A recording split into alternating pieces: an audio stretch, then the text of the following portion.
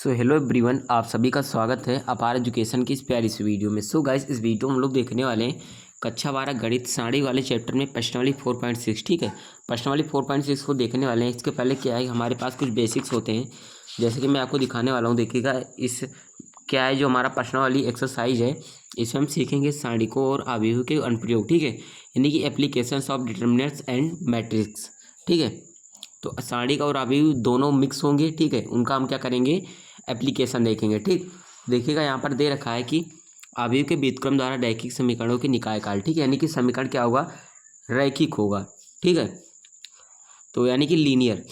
Linear मतलब होता है पावर हमेशा क्या होता है, 1 होता है। एक्स की पावर 1, वाई की पावर 1, जेड की पावर यानी कि 1, यही होता है हमारा रैखिक समीकरण। ठीक है, पावर 1 होता है। देखिएगा यहाँ पर मैं लिखता नहीं हूँ, ऐसे समझ देता हूँ, आपको आ जाएगा, बहुत ईजी है। दिया जैसे देखिएगा, निकाय समीकरण निकाय पर विचार कीजिए। ठीक है, यानी कि क्या है कि ये हमारा समीकरण दे रखा है। ठीक है, पहला समीकरण, दूसरा, तीसरा, 3 समीकरण यहाँ पर हमको दे रखे हैं।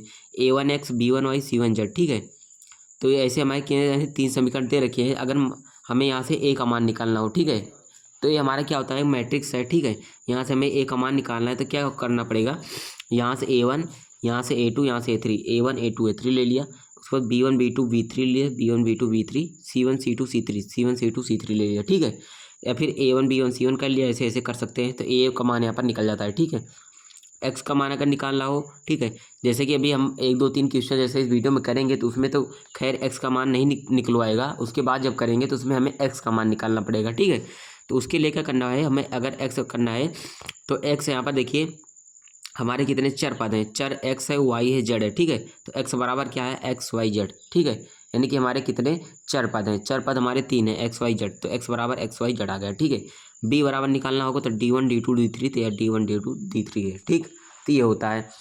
तो यहाँ पर हमारा होता है समीकरण निकाय ए एक्स बराबर बी। ठीक है, ए का और एक्स का जब गुणा करते हैं हम, ठीक, तो यहाँ पर बी हमारा आता है के रूप में निम्नलिखित प्रकार से व्यक्त की जा सकती है। ठीक है, तो यहाँ इसका इनका गुणा और इनका दोनों का गुणा आपस में किया तो D1 D2 D3 है। ठीक है, तो आपको अगर मैं बताऊं तो मुख्यतः ए इसको कैसे निकाला जाता है, ए को, एक्स को कैसे निकाला जाता है, बी को। ठीक है, अगर ऐसा समीकरण दिया रहे तो ए एक्स बी को कैसे निकाला जाता है, इसको ध्यान में रखना है। ठीक है, बाकी मैं बताता हूँ क्या होता है।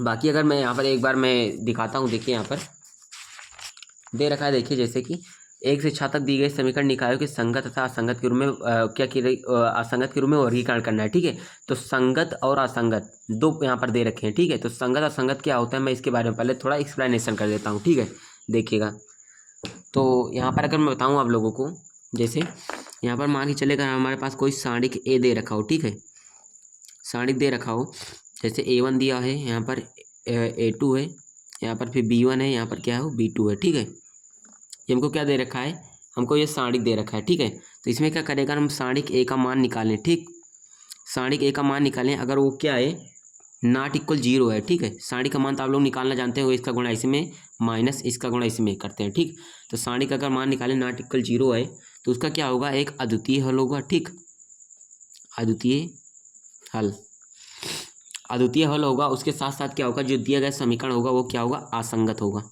सॉरी संगत होगा, संगत होगा। ठीक, तो ये होता है अद्वितीय हल होगा, प्लस में क्या होगा, संगत होता है। ठीक, ये होता है। और इसमें और एक कंडीशन होता है, अगर क्या है, सारणिक यानी डिटर्मिनेंट्स ए का मान जो है, जो दोनों सिंबल पास पास लगाए डिटर्मिनेंट का सिंबल होता है, अगर क्या है ये 0 आ जाए। ठीक है, उसके बाद क्या है, जो यहाँ पर मैंने अभी इसके पहले बताया था, बी बराबर लिखा था। ठीक है, वहाँ पर क्या लिखा था, D1 D2 लिखा था। ठीक है, क्या लिखा था, D1 D2 लिखा था। ठीक, तो क्या किया जाए, अगर यहाँ से हम क्या करें, एडजॉइंट। ठीक है, एडजॉइंट कैसे निकाला जाता है वो तो पता है कि पहले इस पंक्ति को छिपाते हैं, इसको स्तंभ को, फिर इस पंक्ति को, इस स्तंभ को। ठीक है, तो ऐसे ऐसे करके एडजॉइंट का मान निकलता है।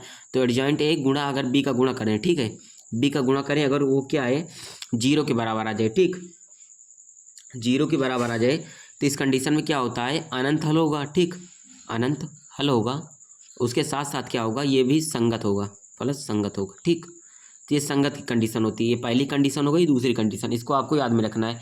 अब असंगत की देख लेते हैं। असंगत के लिए क्या होता है, इसका जस्ट उल्टा, अगर क्या है, डिटरमिनेंट ए का मान क्या है, 0 के बराबर आ जाए। ठीक है, डिटरमिनेंट ए का मान 0 के बराबर आ जाए, उसके साथ साथ क्या हो, एडजॉइंट ए, ठीक है, एडजॉइंट ए करें, गुणा में बी का गुणा करें। ठीक है, अगर वो क्या है, नॉट इक्वल 0 है, यानी कि 0 के बराबर वो ना आए। ठीक है, तो इस कंडीशन में क्या होता है, असंगत होता है। ठीक, असंगत होता है। बस इतना सा कंसेप्ट है, ठीक है। अगर नॉट इक्वल जीरो आए तो संगत होगा, अद्वितीय हल होगा। बराबर जीरो आ जाए अगर डिटरमिनेंट का मान, एडजॉइंट ए का गुणा और बी का गुणा करें वो भी जीरो आ जाए तो अनंत हल होगा, प्लस संगत भी होगा।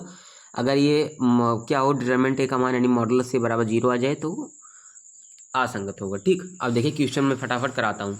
देखिएगा पहला क्वेश्चन यहाँ पर देखिए, एक्स प्लस 2y बराबर 2, 2x प्लस 3y बराबर 3 है, ठीक।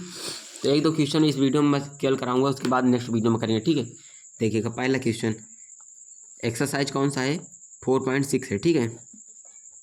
एक्सरसाइज 4.6 है। यहाँ पर पहला दे रखा है एक्स प्लस 2y बराबर 2 दे रखा है, उसके बाद 2x प्लस का 3y इक्वल में 3 दे रखा है, ठीक है। तो पहले यहाँ से मैंने बताया था ए का मान निकालना है। ए का मान क्या होता है, जैसे इसका कोफिशिएंट यानी इसका गुणांक 1 है तो 1 2 हो गया, यहाँ पर 1 किया 2 किया 2 3, यहाँ पर 2 हो गया, यहाँ पर 3 हो गया, ठीक है। उसके बाद मैंने एक्स का मान निकलवाया था। एक्स का मान कैसे किया जाएगा, कितने चर पद हैं, एक्स है वाई है, तो यहाँ पर एक्स किया यहाँ पर वाई किया, ठीक। चार पद को लिख देना जितने भी होंगे। उसके बाद बी का मान कैसे निकलवाया था, बी का मान जो बराबर के इस साइड होता है RHS में 2 3, तो यहाँ पर 2 हुआ 3, ठीक है। करना क्या है, सिंपली आपको क्या करना है, डिटरमिनेंट ए का मान निकालना है। उसके लिए करते क्या है, 3 का गुणा 1 में 3 आया, माइनस का 2 का गुणा 2 में 4 आया, ठीक है। तो डिटरमिनेंट ए का मान क्या निकला, 3 में से 4 घटाएंगे तो माइनस का 1, ठीक है। माइनस का 1 क्या है, नॉट इक्वल जीरो है, ठीक। नॉट इक्वल जीरो, इसका मतलब क्या हुआ, अगर नॉट इक्वल जीरो आता है तो यहाँ पर मैंने देखिए लिखाया है, नॉट इक्वल अगर जीरो आ जाए तो संगत होता है, ठीक है। तो इसका क्या हल होगा, संगत होगा, ठीक। संगत होगा, तो ये हमारा क्या होगा, आंसर होगा। हमें यही बताना था, ठीक है, संगत है कि असंगत। अगर असंगत होगा तो एक स्टेप 2 स्टेप हम आगे बढ़ाते हैं, ठीक है, क्वेश्चन को। अब देखिएगा दूसरा भी दे रखा है यहाँ पर, देखिएगा। अगर यहाँ से हम ए का मान निकालें, ठीक है, पहले जैसे यहाँ पर ए का मान निकाला गया था, अगर ए का मान यहाँ से हम निकालें तो होगा क्या, 2 1, इसका कोफिशिएंट 1 है तो 2 1, इसका -1, यहाँ पर +1, -1 +1, ठीक है। उसके बाद एक्स का अगर निकालें तो 2 अचर पद एक्स वाई हैं, तो यहाँ पर एक्स किया यहाँ पर वाई किया। उसके बाद बी का अगर मान निकालें तो यहाँ पर 5 4 है तो 5 4 हो गया, ठीक है।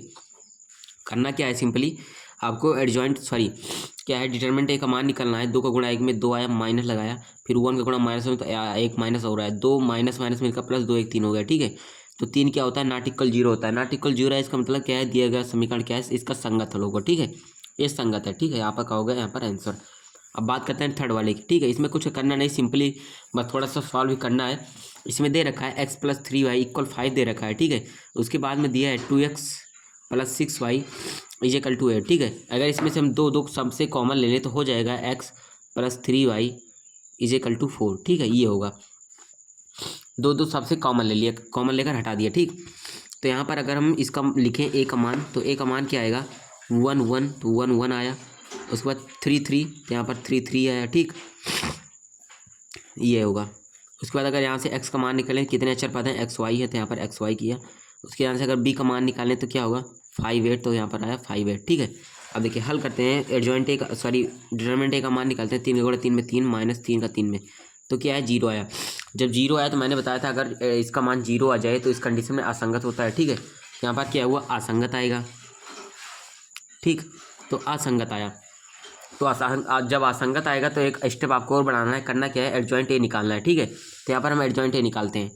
तो मैंने बताया है एडजॉइंट ए कैसे निकाला जाता है, तो एडजॉइंट ए निकालना है, ठीक है। एडजॉइंट ए के लिए पहले A11 निकालना पड़ेगा, उसके बाद A12, उसके बाद A21, उसके बाद A22 निकालना जाता है, ठीक है। अब तो आपको ये आता होगा। तो पहली पंक्ति लेना, पहला स्तंभ। ध्यान से किया कि हम लोगों ने यहाँ पर हमने पहली पंक्ति छिपाई, पहले स्तंभ को छिपाया, ठीक है। पहली पंक्ति पहला स्तंभ 3 दिख रहा है, तो यहाँ पर 3 आया। उसके बाद पहली पंक्ति दूसरा स्तंभ, पहली पंक्ति दूसरा स्तंभ 1, यहाँ पर 1 आएगा। उसके बाद दूसरी पंक्ति पहला स्तंभ तो 3, दूसरी पंक्ति दूसरा स्तंभ तो 1 1 को जोड़िए 2 2 होता है स्तंभ के लिए, प्लस 1 1 1 2 जोड़िए 3 3 होता है विषम के लिए, माइनस, फिर यहाँ पर माइनस प्लस, ठीक है। तो इसको आपको क्या करना है, एक उसमें लिख देना है, यानी कि मैट्रिक्स में। तो 3 -1 3 -1 -3 1 आया, ठीक, ये हो गया, इतना हुआ। इसके बाद सिंपली करना क्या है आपको, जब एडजॉइंट ए निकल गया, ठीक है, तो एडजॉइंट ए इसका मान इतना निकला एडजॉइंट ए का, तो आपको एडजॉइंट ए गुणा बी करना है, ठीक है। जैसे यहाँ पर किया था मैंने, एडजॉइंट ए गुणा बी करना है, ठीक। तो यहाँ पर एडजॉइंट ए गुणे में बी करना है, ठीक। तो एडजॉइंट ए दे रखा है 3 -1 -3 1, गुणे में बी का मान क्या दे रखा है, बी का मान 5 8, तो होगा 5 8, ठीक है। इसमें से एक पंक्ति लेना है, इसमें स्तंभ से गुणा कराना है खटाखट। 3 का 5 में तो आया यहाँ पर 15। यहाँ पर देखिए इसकी कोटि कितनी है, 2 पंक्ति 2 स्तंभ है, 2 गुणा 2 है, इसमें 2 पंक्तियां हैं, वो एक स्तंभ है, तो ये दोनों सेम है, इसका मतलब मल्टीप्लाई हो सकता है, और जो निकलेगा उसकी कोटि 2 × 1 ऑर्डर की होगी। ठीक है, 3 का 5 में आया 15, -3 का 8 में तो आएगा क्या होगा 24। ठीक है, तो माइनस का 24 होगी।